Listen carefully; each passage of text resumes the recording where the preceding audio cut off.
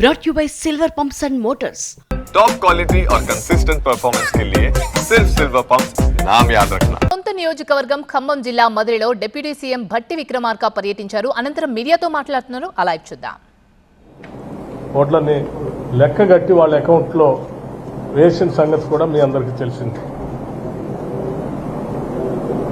ఓ పక్కన రైతుల్ని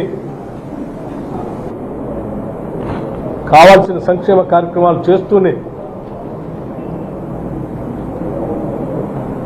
21,000 కోట్ల రూపాయల రుణమాఫీని,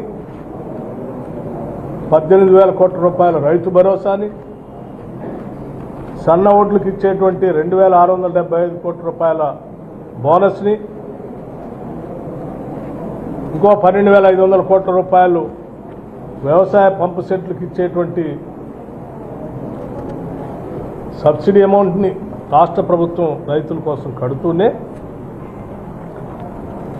తిరిగి పేదలకి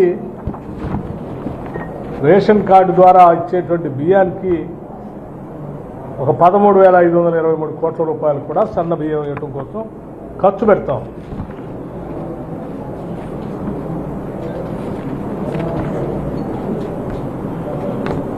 దీంతో పాటు రాష్ట్రంలో ఉన్నటువంటి నిరుద్యోగ యువకుల అందరికీ రాష్ట్ర ప్రభుత్వం ద్వారా ఉద్యోగ అవకాశాలు కల్పించడానికి కావలసిన విధంగా తెలంగాణ పబ్లిక్ సర్వీస్ కమిషన్ ప్రక్షాళన చేసి జాబ్ క్యాలెండర్ను ప్రకటించి దాదాపు 56,000 పైబడి ఉద్యోగాలు నియామక పత్రాలు కూడా అందించి ఇంకా భవిష్యత్తులో ఇంకో 30,000 ఉద్యోగాలు పైప్ లైన్లో ఉన్న విషయం కూడా మీ అందరికీ తెలిసింది. అవి కాకుండా